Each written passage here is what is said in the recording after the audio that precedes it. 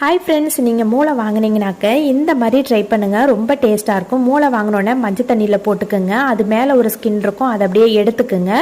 இப்போ தோசை தவாவில் நல்லெண்ணெய் சேர்த்துட்டு கொஞ்சம் சோம்பு, சின்ன வெங்காயம் நிறைய சேர்த்துக்குங்க. கூடவே கொஞ்சம் கருவேப்பிலையும் சேர்த்துக்குங்க. சேர்த்துட்டு நல்லா ஃப்ரை பண்ணிக்கிங்க. ஃப்ரை பண்ணதுக்கப்புறமா இஞ்சி பூண்டு பேஸ்ட்டு ஒரு ஸ்பூன் சேர்த்துக்குங்க. கொஞ்சம் மஞ்சத்தூள், கொஞ்சம் பெப்பர், கொஞ்சம் மிளகாத்தூள் காரத்துக்கு ஏற்ற மாதிரி சேர்த்துட்டு நல்லா ஃப்ரை பண்ணிக்கோங்க. இப்போ கரம் மசாலா கொஞ்சம் சேர்த்துக்குங்க. ஒரு தக்காளி நான் அரைச்சி வச்சுருக்கேன், அதையும் சேர்த்துக்கிட்டேன். இப்போ உப்பு சேர்த்துட்டு நல்லா கிண்டிட்டு கொஞ்சமாக தண்ணி சேர்த்துட்டு அதை லைட்டாக பச்சை வாசனை போக கொதிக்க விடுங்க. இப்போ க்ளீன் பண்ணி வச்சுருக்க மூளையை சேர்த்துக்குங்க.